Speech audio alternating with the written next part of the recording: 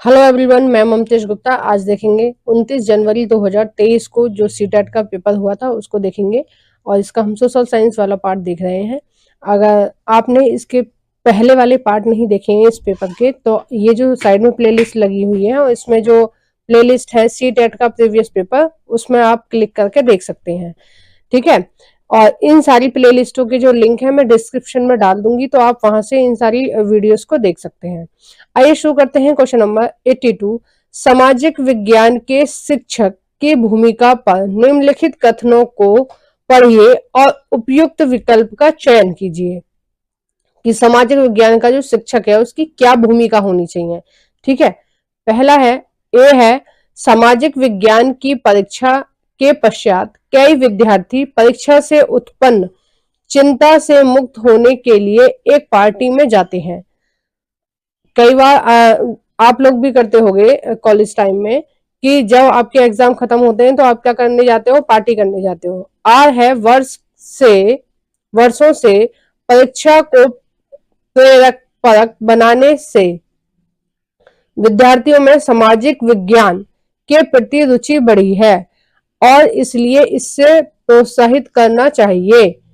देखो, इसमें जो आंसर होगा वो हो जाएगा तीसरा, कि पहला सही है और आर गलत है।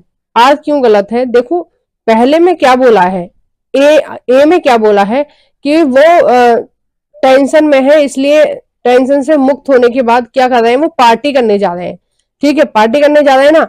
और आर में क्या बोला है कि वो क्या है, उनको इंटरेस्ट आ रहा है, यानी कि प्रति रुचि बढ़ रही है उनके अंदर।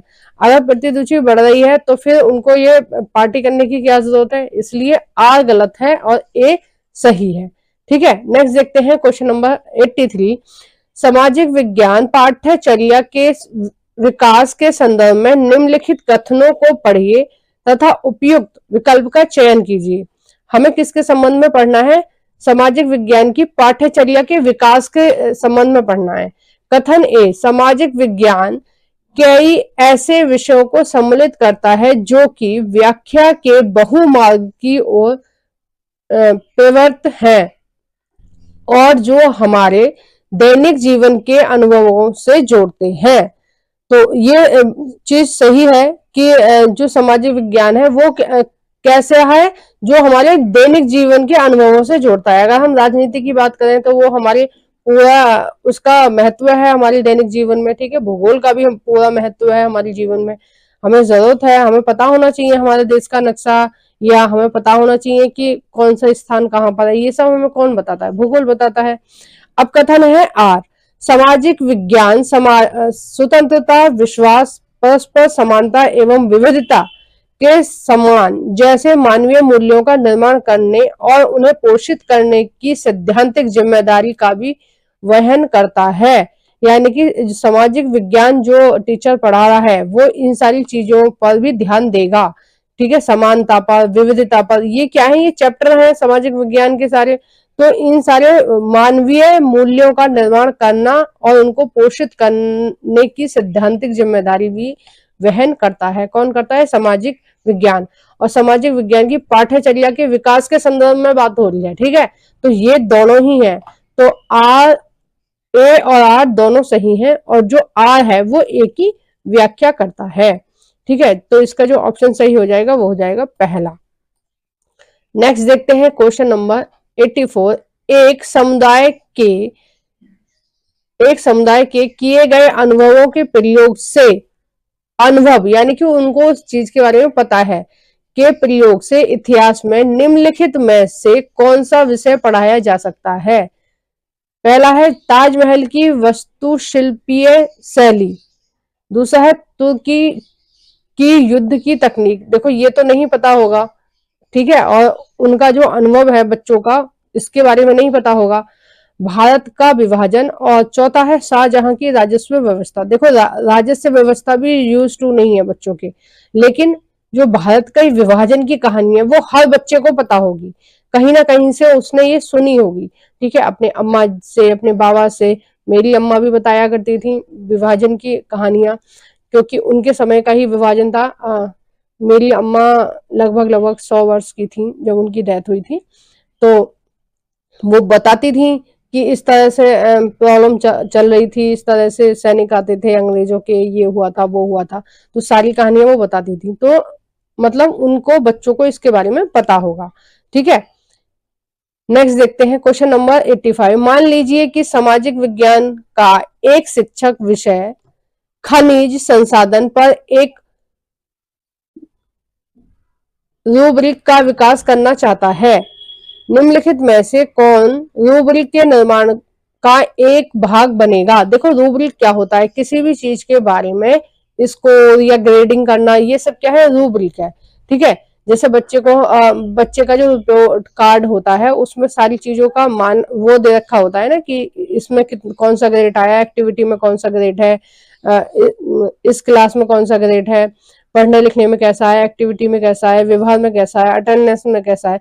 तो ये सारे जो स्केल होते हैं आप इनको रूब्रिक के अंतर्गत सम्मिलित कर सकते हैं। ठीक है, अब देखो रूब्रिक बनाना है किसके ऊपर, खनिज संसाधन के ऊपर बनाना है, रूब्रिक का विकास करना है, तो उसमें कौन कौन से मानक आएंगे। ठीक है, पहला है प्रगति मापनी यानी कि रेटिंग स्केल, ये बिल्कुल सही है। प्रदर्शन मानक, ये बिल्कुल सही है। और सी है सामाजिक विज्ञान लक्ष्य, ये नहीं आएगा। और डी है अधिगम प्रतिफल, तो ये आएगा। ठीक है, तो ए बी और डी इसके सही आंसर हो जाएंगे, ए बी और डी इसका सही आंसर है। नेक्स्ट देखते हैं क्वेश्चन नंबर 86। निम्नलिखित कथन ए और आर को पढ़िए और मूल्यांकन में रूब्रिक की भूमिका के संदर्भ में उपयुक्त विकास का चयन कीजिए। रूब्रिक का मतलब तो मैंने आपको बता ही दिया, क्या है, ग्रेडिंग करना या उसको किसी भी चीज को नापना, है ना, ये सब चीज होती है। ए है कथन ए, विभिन्न प्रकार के रूब्रिकों को एक जांच सूची में परिवर्तित किया जा सकता है। कथन आर है, जब विद्यार्थियों की संख्या अधिक हो तब उन्हें श्रेणीबद्ध करने की जांच सूची एक सरल और तीव्र तरीका है। तो इसका जो सही आंसर हो जाएगा 86 का, वो हो जाएगा पहला, कि दोनों सही है और ये इसकी व्याख्या करता है। ठीक है, आर और ए सही है तथा ए आर की सही व्याख्या करता है। नेक्स्ट देखते हैं 87।